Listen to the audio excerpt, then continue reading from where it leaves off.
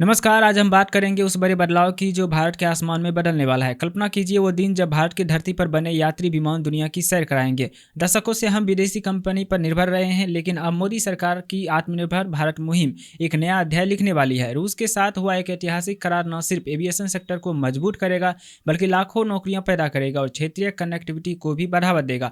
दोस्तों, ये कोई साधारण खबर नहीं है, ये भारत के इतिहास का एक मील का पत्थर है। हिंदुस्तान एरोनॉटिक लिमिटेड यानी एचएएल ने रूस के यूनाइटेड एयरक्राफ्ट कॉर्पोरेटर यानी यूएसए के साथ एक महत्वपूर्ण समझौता पर हस्ताक्षर किया है। यह एमओयू SJ-100 नामक twin engine narrow body passenger aircraft को भारत में बनाने के लिए है।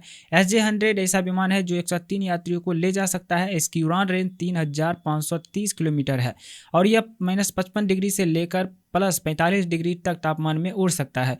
कम ऑपरेटिंग कॉस्ट इसकी सबसे बड़ी खूबी है। यह पहली बार है जब भारत के पूरा पैसेंजर एयरक्राफ्ट बनाया जाएगा। याद कीजिए, आखिरी बार एचएएल ने एब्रो SS 748 को 1961 में बनाना शुरू किया था और 1988 तक चला, लेकिन वो मुख्य रूप से मिलिट्री यूज के लिए था। अब SJ-100 के साथ सिविल एविएशन की नई क्रांति आने वाली है। एमओयू पर हस्ताक्षर मॉस्को में हुआ, जहां एचएएल के चेयरमैन DK सुनील और यूएससी के डायरेक्टर जनरल वादिम बडेखा मौजूद थे। इस समझौते के तहत एचएएल को घरेलू ग्राहकों के लिए विमान बनाने का अधिकार मिलेगा।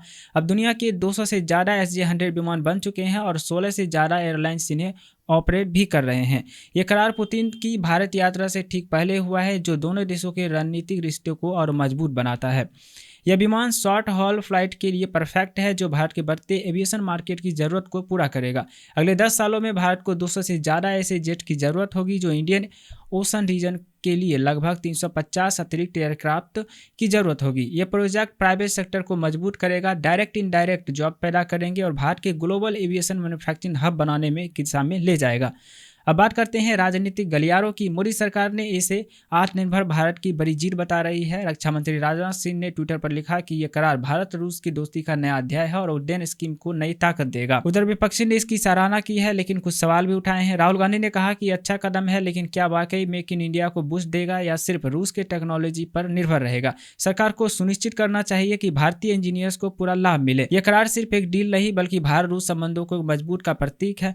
पुतिन की यात्रा से पहले हुई साइनिंग बताती है कि दोनों देश आर्थिक और रणनीतिक रूप से कितने करीब हैं। भारत के एविएशन सेक्टर दुनिया के सबसे तेजी से बढ़ रहा है, लेकिन मैन्युफैक्चरिंग क्षेत्र में हम अभी पीछे हैं। SJ-100 के साथ अब भारत बोइंग, एयरबस जैसे ग्लोबल प्लेयर्स को चुनौती देने की दिशा में आगे बढ़ रहा है। असर की बात करें तो ये प्रोजेक्ट उड्डयन मशीन को बड़ा बूस्ट है। 2016 में शुरू किया गया, रीजन कनेक्टिविटी पर फोकस करती है।